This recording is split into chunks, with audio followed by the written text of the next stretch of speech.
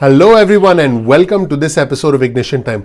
Could the infrastructure plan be an easy bipartisan win for the White House? I can tell you folks that nothing in politics is easy. Politics is like a chess game. You'll see the chessboard on your screen. You have President Biden, you have the Senate Minority Leader Mitch McConnell, the Senate Majority Leader Chuck Schumer, House Speaker Pelosi. Everyone's playing games because politics is about timing, opportunity, tribalism and perception. In fact, the White House is already running into challenges thanks to the conservative Democrat from West Virginia, Joe Manchin. Here's a tweet on your screen from Burgess Everett over at Politico, and Burgess Everett points out that Manchin makes his move. He wants lower corporate income taxes than what President Biden has proposed. And this is what Manchin said. The bill basically is not going to end up that way, meaning increasing the corporate income tax from 21 to 28%. Manchin says, if I don't vote to get on it, in other words, if I don't support it, it's not going anywhere. So we're going to have some leverage. Here's the headline of an article from Politico. Manchin demands changes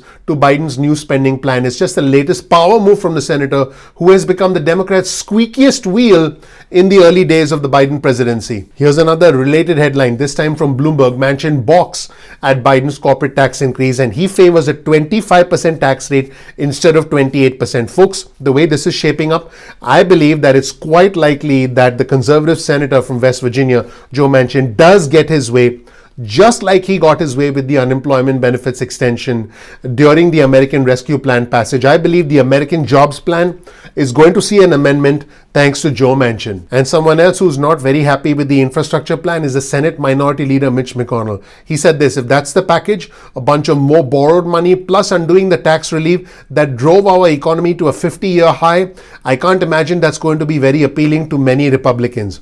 He basically said enough is enough. The Democrats are gearing up though to raise corporate income taxes. Here's the headline of an article from the New York Times.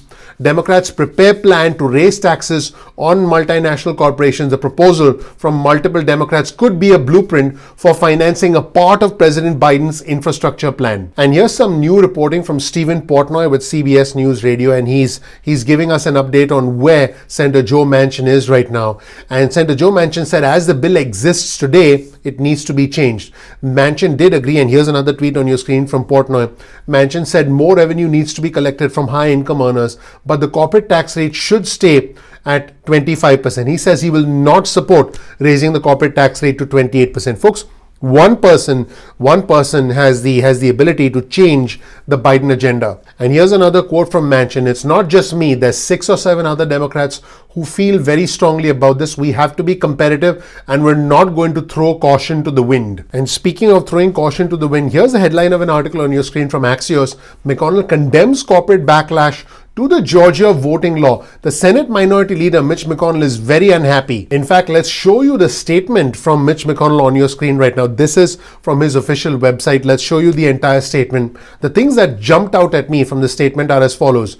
We are witnessing a coordinated campaign by powerful and wealthy people to mislead and bully the American people. And he said the president has claimed repeatedly that state level debates over voting procedures are worse than Jim Crow or Jim Crow on steroids. Nobody actually believes this. And he said nobody really thinks this current dispute comes anywhere near the horrific racist brutality of segregation.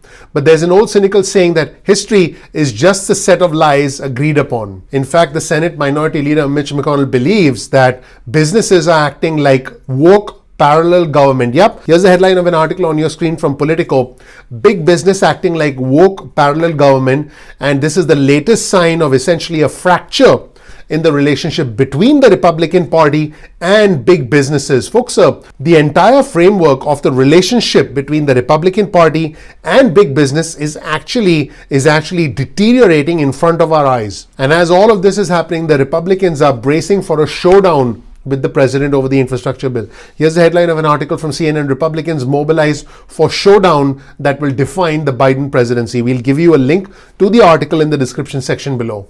And just as Senator Joe Manchin mentioned earlier, there are other Democrats who are not on board with the corporate tax rate hike proposed by President Biden. Here's the headline of an article on your screen from the Wall Street Journal. Some Democrats cool to Biden's plan to boost corporate tax rate. Alternative ideas for funding this rather expensive but necessary infrastructure package includes a higher levy on gasoline and more borrowing. In other words, we'll probably go deeper and deeper into debt. In the meantime, senior Republican Senator Roy Blunt, the Republican from Missouri, had some suggestions for the Biden administration. Here's the headline of an article on your screen from CNBC. He wants the Biden administration to slash the infrastructure bill down to right around $615 billion. He urged the Biden administration to cut the spending in the infrastructure bill. Now, he is an important member of the United States Senate, and even though President Biden has said that he wants bipartisan support for the plan, the Democrats do have the option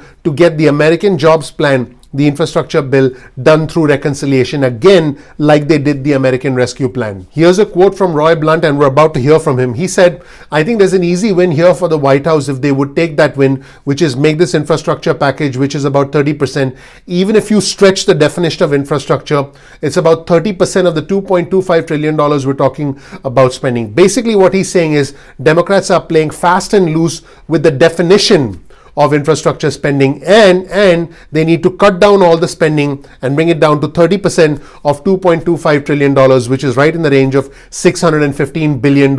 Here's another headline on your screen, this time from Politico. Senator Blunt sees easy win if the infrastructure plan is scaled back, and he wants to essentially get rid of the unnecessary components of the infrastructure plan proposed by the White House. In fact, let's hear from Roy Blunt as he talks about a potentially easy bipartisan win for the White House. Let's roll the tape and hear Senator Roy Blunt, the Republican from Missouri, speaking with Fox News' Chris Wallace. Let's hear what he had to say. Doesn't the country need a significant infrastructure upgrade? Oh, absolutely. You know, location, geography, one of our great advantages. We need that. It was sort of the great white whale of the last 10 years, frankly. Neither President Obama or President Trump could seem to get this moving in the right direction. I think there's an easy win here for the White House if they would take that win, which is make this an infrastructure package, which is about 30%. Even if you stretch the definition of infrastructure some, it's about 30% of the $2.25 trillion they're talking about spending. My advice to the White House has been take that bipartisan win, do this in a more traditional infrastructure way, and then if you want to force the rest of the package on Republicans in the Congress and the country, you could certainly do that. You'd still have all the tools available for what is clearly going to turn out to be another purely partisan exercise. I think it's a big mistake for the administration. They know I think it's a mistake, and I also think it would be an easy victory if we go back and look at roads and bridges and ports and airports and maybe even underground water systems and broadband. You'd still be talking about less than 30% of this entire package, and it's a easily doable 30%, I think, Chris. And in the next segment, Roy Blunt lays out the case for a $615 billion infrastructure plan. He calls it real infrastructure. He says this would be a real infrastructure package and would have a huge economic impact. Let me know what you think in the comment section below. Let's hear from Roy Blunt. Let's roll the tape. So, Senator, are you saying that you and perhaps some of your colleagues in the Republican Party up on Capitol Hill would support, I'm just quickly doing the math here, $700-800 billion in infrastructure? Well, I think 30% is about $615 or so billion. I think you can do that, and with some innovative things like looking at how we're going to deal with the electric vehicle use of the highway system, what we can do with public-private partnerships. In past Congresses, Senator Bennett, a Democrat from Colorado, and I have introduced that kind of legislation, as Senator Warner from Virginia and I have, where you could get the traditional funding sources and add a few things to them and have a real infrastructure package. We need that. It will have huge economic impact. I thought it was interesting, this whole concept. Well, we also need an infrastructure of care. Obviously, Democrats have figured out that infrastructure is something we need and something that's popular. And so they're trying to take 70% of this bill and call it infrastructure in a new way than we've ever talked about infrastructure before. And that means you're looking at another partisan package, just like we had with COVID, which, by the way, only a fairly small percentage of that package really dealt with COVID.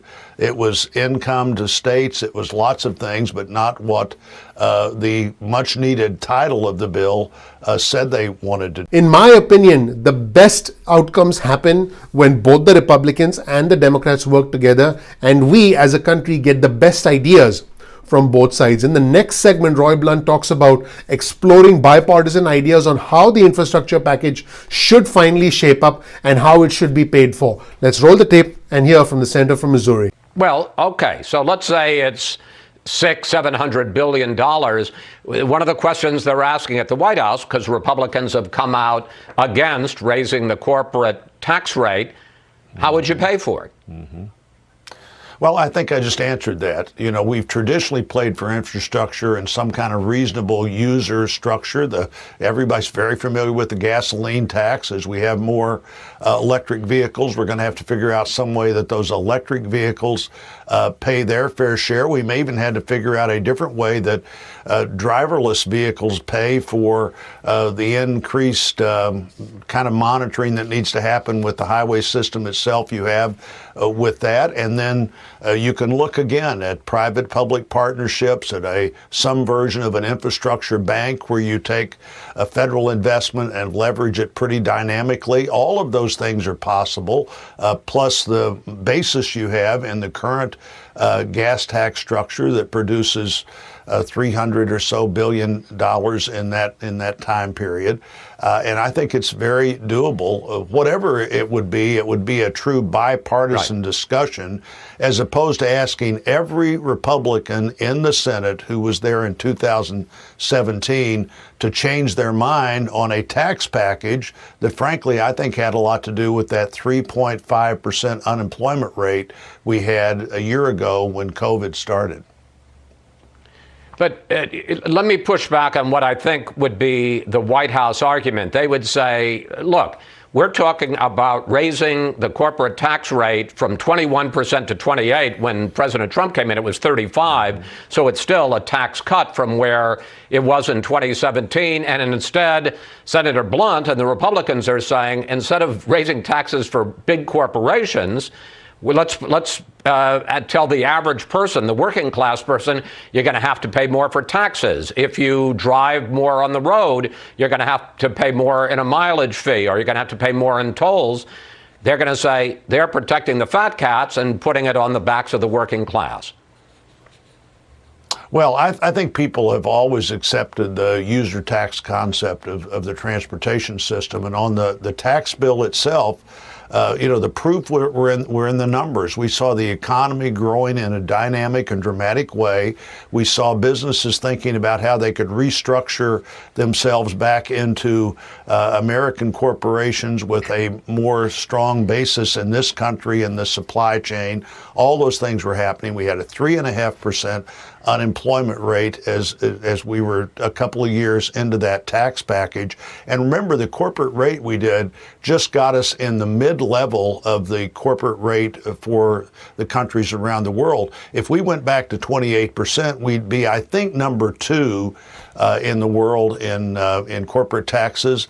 Other countries saw the success we were having, and many other countries that we compete with reduced their corporate rate to try to keep their jobs at home rather than seeing those jobs come to the United States of America. That's it, folks. Let me know what you think of a potentially easy bipartisan win for the White House as the Republicans gear for a showdown with President Biden over the American Jobs Plan, the $2.25 trillion proposal, which is likely to undergo several series of negotiations and which is likely to end up being a smaller package.